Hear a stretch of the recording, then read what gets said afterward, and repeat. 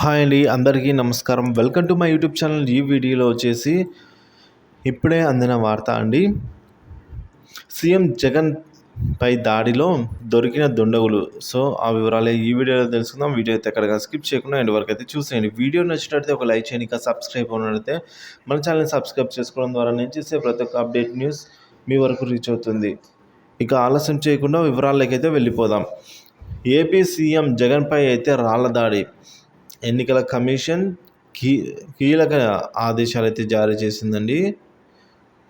ఏపీలో మేమంతా సిద్ధం పేరుతో సీఎం జగన్ బస్సు యాత్ర నిర్వహిస్తున్న విషయం తెలిసిందే. శనివారం విజయవాడలో యాత్ర కొనసాగుతూ ఉండగా గుర్తు తెలియని దుండగులు జగన్పై శనివారం రాత్రి రాళ్లదాడి చేశారండి. సో ఈ దాడిలో సీఎం జగన్ కనుబొమ్మపై గాయమైంది. కాగా ఈ దాడిపై ఎన్నికల కమిషన్ స్పందించి ఆరా తీసింది. విజయవాడలో సిపి కాంతి రాణాకి ఎన్నికల ప్రధాన అధికారి ఫోన్ చేశారు. ఈ ఘటనపై రేపటిలోగా నివేదిక పంపాలి అని, దాడికి పాల్పడిన వారిని వెంటనే గుర్తించాలని అయితే ఆదేశించారండి. కాగా ఈ దాడి జరిగిన సమయంలో పలుమార్లు పవర్ కట్ అయిందని, ఆ ప్రాంతంలో స్కూల్, వ్యాపార సముదాయాలు ఉండడంతో రాళ్లు వీసిన వారిని గుర్తించడంలో ఆలస్యం అవుతున్నట్లు తెలుస్తోంది. సో ఆ ప్రాంతంలో సీసీటీవీ ఫుటేజ్ను క్షుణ్ణంగా పరిశీలించారండి.